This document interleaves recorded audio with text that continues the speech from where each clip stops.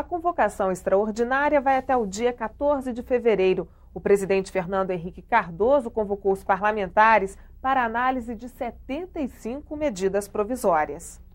2 dessas medidas são herança ainda do governo Itamar Franco e 40 do primeiro mandato de Fernando Henrique Cardoso. Senador, quanto à relevância e urgência dessas medidas provisórias, como é que o senhor analisa a quantidade de medidas provisórias que vão ser analisadas nessa convocação extraordinária?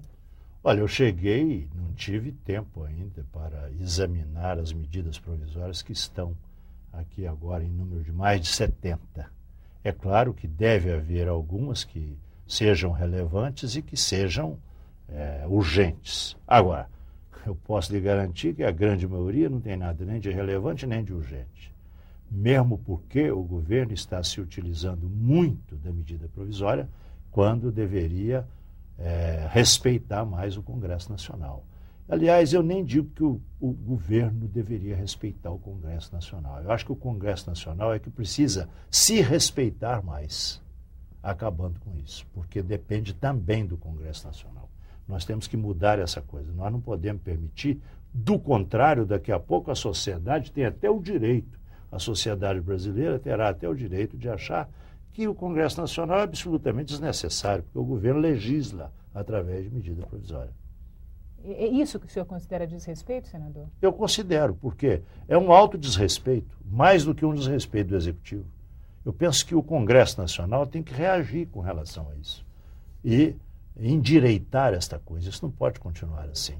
É caso de relevância e de urgência, cabe a medida provisória, perfeitamente. Mesmo assim, nós temos um projeto até que amplia a vigência da medida provisória, que me parece que pode ser reeditado apenas por uma vez. Esse projeto também, ele precisa ser aprovado, porque ele já aperfeiçoou um pouco, já melhora um pouco esta situação de uso exagerado, utilização exagerada da medida provisória. Durante o ano passado, se falou muito nessa questão da medida provisória. Inclusive, o Senado aprovou uma proposta de emenda constitucional que hoje está na Câmara dos Deputados. O que pode ser feito para que ela seja rapidamente aprovada lá também e a gente tenha menos medidas provisórias no Congresso para serem aprovadas? Como o governo tem maioria esmagadora, tanto na Câmara como no Senado, então é preciso que o governo queira que passe, do contrário não passa. O governo é rolo compressor, tanto na Câmara como no Senado. Então, aí cabe ao governo compreender.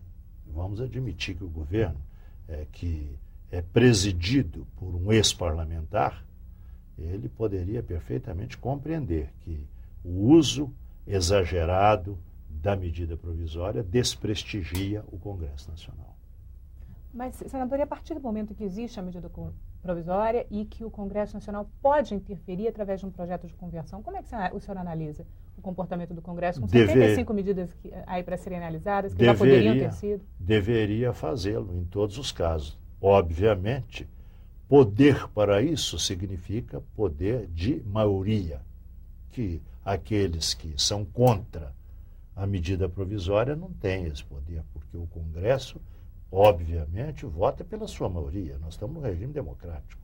E a maioria no Congresso Nacional é representada pelos partidos que dão sustentação ao governo. E esses partidos são majoritários. E o senhor acredita que este número, bastante medidas provisórias, sejam porque o presidente da República está editando muitas medidas ou porque realmente há uma demora na votação das medidas encaminhadas? Isso é lei de menor esforço. É muito mais confortável para o Executivo editar uma medida provisória. Por quê? Porque ela ganha força de lei imediatamente, ainda que não tenha sido nem examinada pelo Congresso. Daí a 30 dias ele a reedita, e assim ele reedita e reedita. Há casos aí de alguns anos em que uma medida provisória vem sendo reeditada, por alguns anos.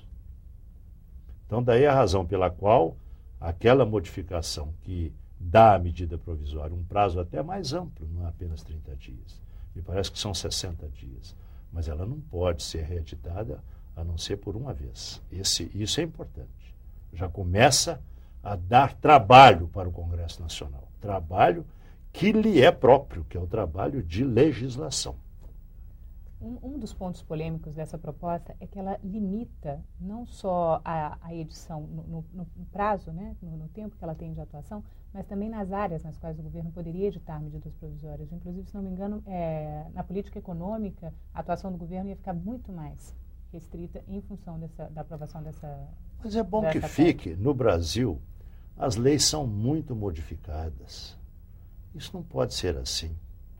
Aqui um tecnocrata resolve e edita uma medida provisória. Por quê?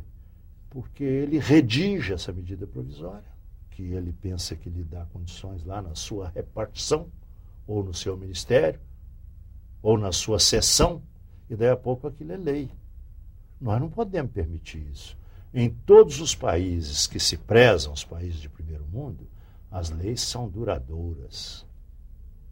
Aqui não. Aqui, por qualquer vontade de um cidadão que nem é um jurista, é às vezes um grande profissional, mas é um economista, é um engenheiro, ele edita uma medida provisória que tem força de lei.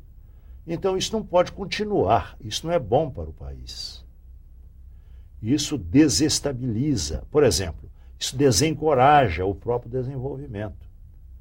Isso é fator de entrave para o desenvolvimento econômico nacional. Por quê? Porque as pessoas que querem investir gostariam de ter leis estáveis, conhecer a legislação. E no Brasil, essa legislação é cada vez mais difícil de ser conhecida, de ser adaptada, porque de repente, você se depara com uma nova norma legal. Se fosse uma norma através de uma portaria, em todo caso, você iria para o judiciário e quebraria, mas tem força de lei. Mas a medida provisória